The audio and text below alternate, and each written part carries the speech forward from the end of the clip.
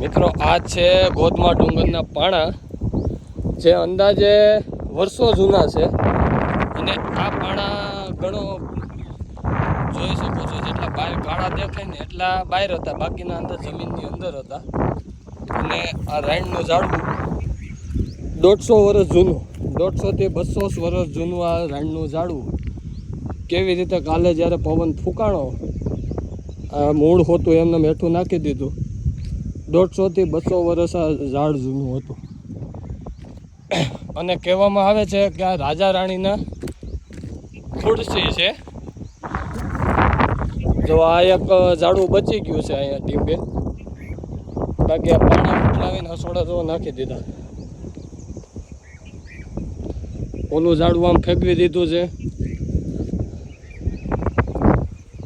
અને બાકીની રાયણો જો આમ દેખાય છે કે ઘડી ખાંભો ઊભી છે. મા કાતરાનું મંદિર છે, પણ આ રાયણ સૌથી ઊંચી હતી રાયણ, જે લગભગ 150 થી 200 વર્ષ જૂની હતી. ઉપાડીને નીચે નાખી દીધી છે. અહીંયા તેનું મૂળ છે અને અહીંયા ઉપાડીને એને નાખી દીધી છે.